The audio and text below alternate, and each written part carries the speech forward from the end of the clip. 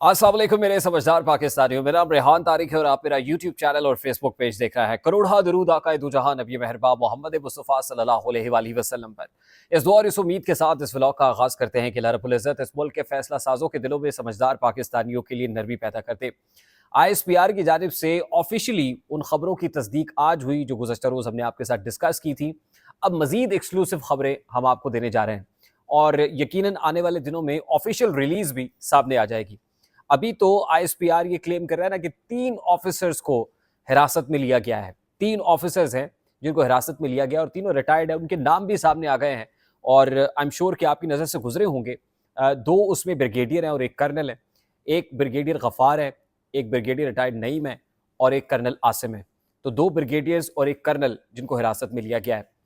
उसके अलावा भी सोर्सेज ये क्लेम कर रहे हैं कि पूरा नेटवर्क है, पूरा नेटवर्क है। अच्छा, ये जो लोग पकड़े गए हैं, खास तौर पे 2 जो ब्रिगेडियर्स हैं, इनका ताल्लुक भी चकवाल से बताया जा रहा है और आपको पता है चकवाल जो है वो जल फैज़ हमीद का इलाका है। तो चकवाल में जल फैज़ हमीद के बड़े करीबी समझे जाने वाले, उनके वहाँ पर ऑपरेट करने वाले ये लोग हैं और फ़ौज के जो रिटायर्ड ऑफिसर्स हैं वो हैं। अच्छा, हमारी इत्तलात ये हैं कि इस नेटवर्क के अंदर कुल मिला के कोई 78 लोग हैं। यानी आप यूँ समझ लीजिए कि दर्जनों दर्जनों अगर कहा जाए तो कहना गलत नहीं होगा ना, तकरीबन कोई आप समझ लीजिए कोई 6 दर्जन से ऊपर बनते हैं, 6 दर्जन से ऊपर, यानी 78 के करीब लोग। और ऐसे लोग हैं जिसके अंदर हाजिर सर्विस भी हैं, रिटायर्ड भी हैं, ब्यूरोक्रेट भी हैं और जुडिशरी के लोग भी हैं। इन 78 लोगों के अंदर ज़्यादा लोग रिटायर्ड हैं, बहुत से हाजिर सर्विस हैं। जो जुडिशरी से मैं आपको ये बता देता हूँ कि इसमें साकिब निसार जैसे जो साबिक चीफ जस्टिस ऑफ पाकिस्तान है, वहां तक भी बात जा रही है।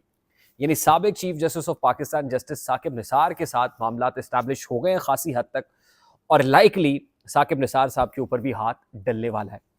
उसके अलावा मैं आपको बता दूं कि एक रिटायर्ड IG जेल खाना जात, वो भी इस नेटवर्क का हिस्सा थे और उनके ऊपर भी हाथ डलने जा रहा है। मैं आपको पहले इसलिए बता रहा हूं ताकि सनद रहे और वक्त जरूरत काम आए। यानी ये लोग ऐसे हैं जिन पे हाथ डलेगा और उसके बाद आपको ISPR की यानी पाक फौज के शोबा ताल्लुकात आमा की एक प्रेस रिलीज की सूरत में खबर भी हो जाएगी कि ये हो गया है। अच्छा, अब इससे आगे आगे की बात करते हैं, अब हो क्या रहा है। मैंने कहा कि इस कार्रवाई जैसे जैसी कार्रवाई आगे बढ़ेगी वैसे वैसे पॉलिटिकल डोमेन में बड़ी तेजी से तब्दीलियां आएंगी। अब तब्दीली क्या आ रही है? सबसे पहले तो 3 इस्तीफे आए हैं।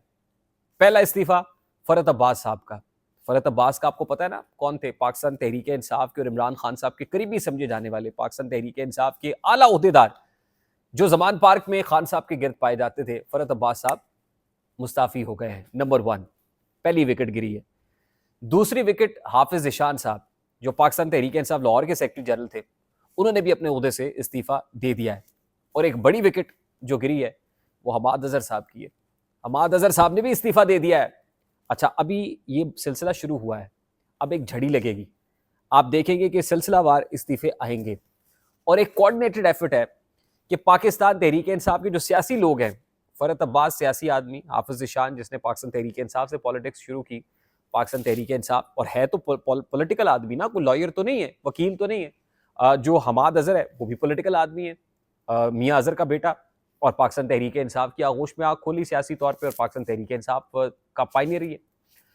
तो ऐसे लोग सियासी जो लोग हैं वो आप यूं समझ लीजिए कि वो अलहदा हो जाएंगे, एक एक करके फारिग होंगे और ये जो घुस बैठी हैं, जो इस्टेब्लिशमेंट के इमा पर काम करते हैं, जो विकेट के दोनों तरफ खेलते हैं, वो आपको आगे फ्रंट रनर्स के अंदर दिखाई देंगे। बिल्कुल उसी तरह जैसे 9 मई के बाद सियासी लोग पीछे चले गए थे और जो लीगल विंग है वो आगे आ गया था, वकला आगे आ गए थे, बिल्कुल उसी तरह अब फिर एक बहुत बुरा वक्त आन पहुंचा है और एक कोऑर्डिनेटेड एफर्ट के जरिए से सियासी लोगों को निकाल बाहर किया जा रहा है और घुस बैठिए जो हैं वो अब आगे आएंगे, जो अल्टीमेटली पाकिस्तान तहरीक इंसाफ के लिए कोई अच्छा अमर, ये नेक शगुन नहीं होगा। इन लोगों ने बहुत डैमेज किया है और अब फिर कर रहे हैं, ये गलत चीज़ों को डिफेंड कर रहे हैं, गलत चीज़ों पे कंटेस्ट कर रहे हैं। सियासी लोगों की जो सोच होती है वो सियासत के जरिए से मामलात को, बातचीत के जरिए से मामलात को सुलझाओ या हल करने की सोच होती है।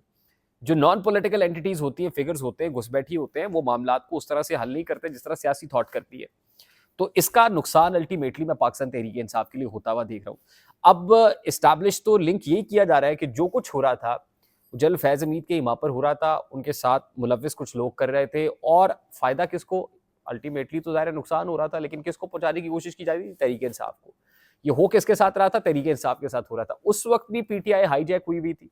कुछ और लोग अपनी थॉट के मुताबिक अपना इंतकाम लेने के लिए पीटीआई का कंधा इस्तेमाल कर रहे थे, और अब भी पीटीआई इस्तेमाल होकर सैंडविच हुई, और पीटीआई के साथ जो हुआ है वो समझ नहीं आ रही। यानी समझ जिनको आनी चाहिए उनको अभी भी नहीं आ रही है, और सियासी लोगों को साइड पे लगाया जा रहा है। मैं इस पे कुड़न मेरी इसलिए है कि वो लोग जो मुदब्बिराना सोच के हामिल हैं, जो पीटीआई के अंदर सेन वॉइसेस हैं, वो पीछे जा रही हैं। मुझे इस चीज़ पे कुड़न हो रही है। अच्छा, आज ही जो सूरत हाल है, इनफैक्ट पाकिस्तान तहरीक इंसाफ के लिए जो पॉलिटिकल डोमेन के अंदर उसमें कुछ अच्छी खबरें नहीं आ रही। 190 मिलियन पाउंड केस जो है, वो ज़रा ये बता रहे हैं कि अब उसको फाइनल राउंड उसका चलना है।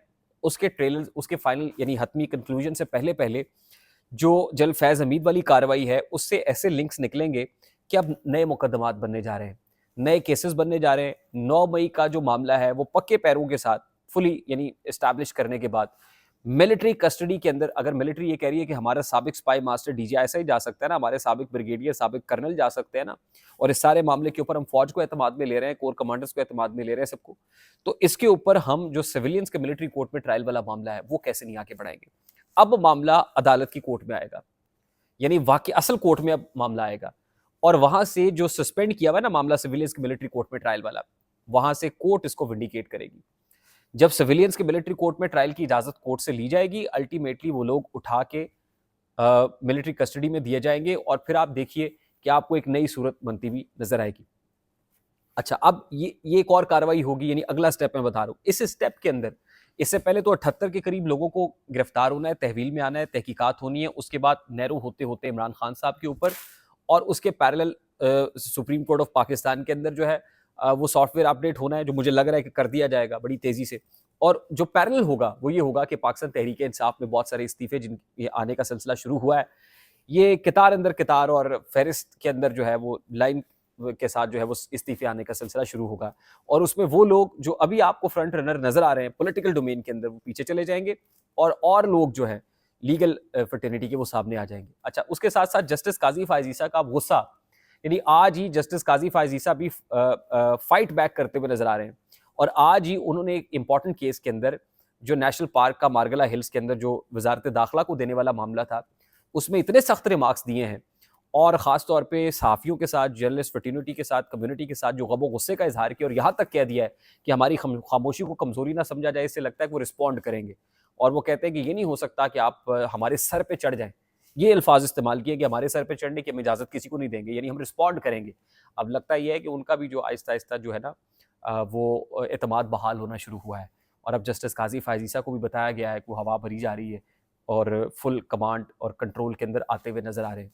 अब जाते जाते वो क्या करेंगे ये भी देखने की बात है। आई होप मेरी बात आप तक पहुंची होगी। अगर पहुंच जाए तो वीडियो को लाइक और शेयर करना मत भूलिएगा। चैनल पे नए हैं तो चैनल को सब्सक्राइब कर लीजिएगा, बेल आइकन जरूर दबाइएगा। मुझे रेहान तारिक को इजाजत दीजिए, अपना बहुत सारा ख्याल रखिएगा। अस्सलाम वालेकुम।